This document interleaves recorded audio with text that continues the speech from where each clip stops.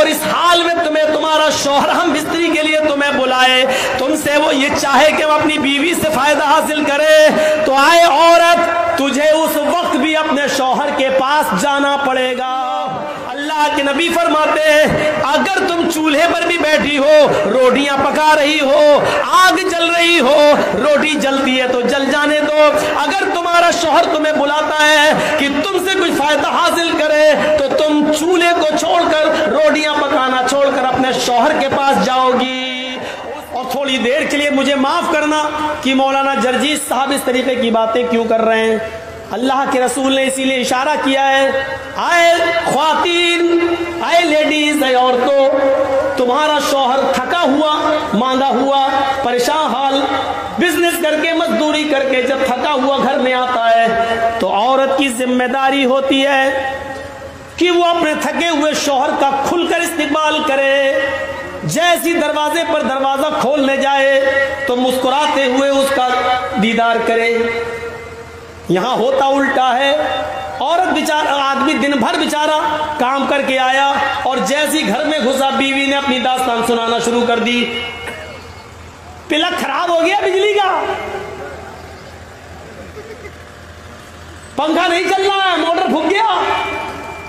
अरे अल्लाह की बंदी, ये बात थोड़ी देर में भी कह सकती थी।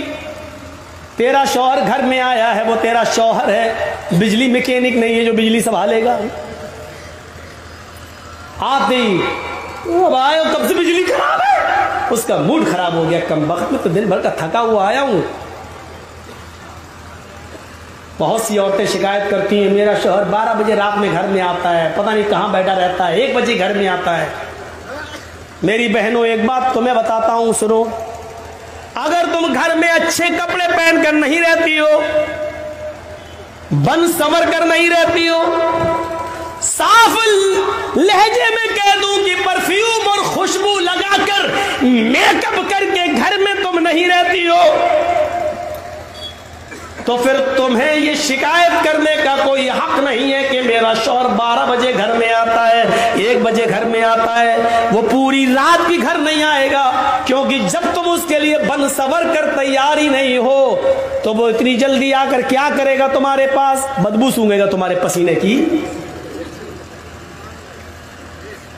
उस औरत को शिकायत करने का कोई हक नहीं है। 12 बजे आता है, 2 बजे आता है, हम तो कह रहे पूरी रात न जाए, भंगर मन के रहेगी, कौन जाए तेरे पास?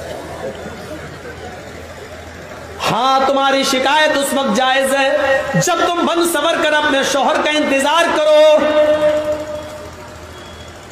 औरत लिपस्टिक भी लगा सकती है। आती थी पहले लिपस्टिक, उसमें खिंजीर की चर्बी।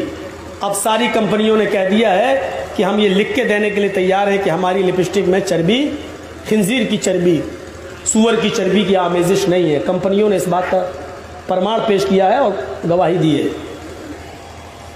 अगर ये कन्फर्म हो कि सूअर की चर्बी है तब तो नहीं लगा सकती है, लेकिन नहीं है तो लगा सकती है। और शौहर के लिए बाहर नहीं, बाहर जा रही लिपस्टिक लगा के पता नहीं, ऐसा लगता है जैसे किसका खून पी के आ रही हो।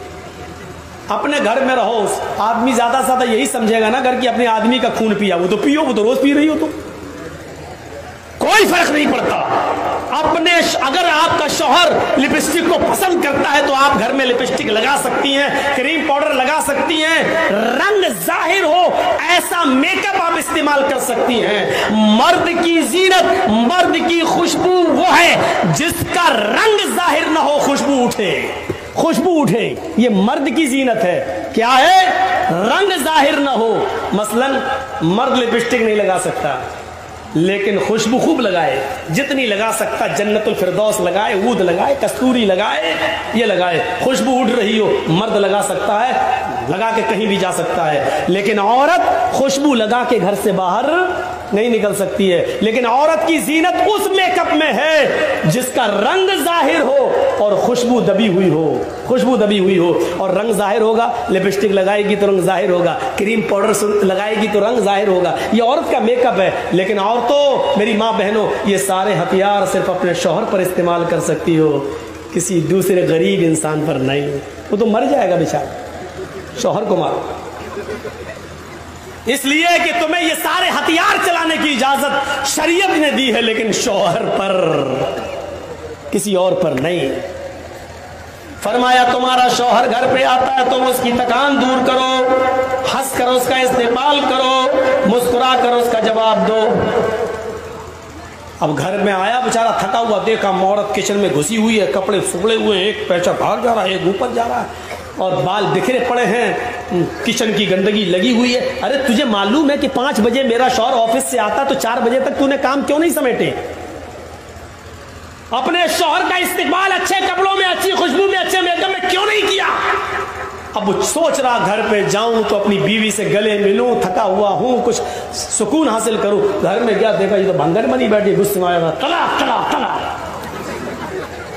इससे तो अच्छा मेरी ऑफिस वाली थी, कम से कम बंठन के बैठी थी। फिर वो देर से आएगा तुम्हारे घर, क्यों आएगा? 10-9 बजे क्यों बैठेगा तुम्हारे पास?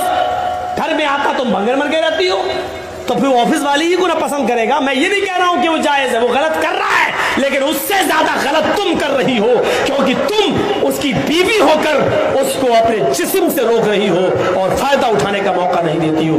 इसलिए फरमाया कि अगर औरत को बच्चा भी हो रहा हो और वो ऊंटनी के ऊपर बैठी हो, जचकी के वक्त, बच्चे की पैदाइश के वक्त औरत को एक ऊंटनी पे बिठाया जाता था अरब के अंदर, ताकि आसानी से डिलीवरी हो जाए, आसानी से बच्चा पैदा हो जाए। फरमाया अल्लाह के नबी ने, अगर तुम उस ऊंटनी पर भी बैठी हुई हो और तुम्हारे बच्चे का डिलीवरी का वक्त करीब हो और इस हाल में तुम्हें तुम्हारा शौहर हम बिस्तरी के लिए तुम्हें बुलाए, तुमसे वो ये चाहे कि वो अपनी बीवी से फायदा हासिल करे, तो आए औरत, तुझे उस वक्त भी अपने शौहर के पास जाना पड़ेगा, इसलिए कि उसके दिल में लगी हुई आग को तेरे अलावा कोई बुझा नहीं सकता है।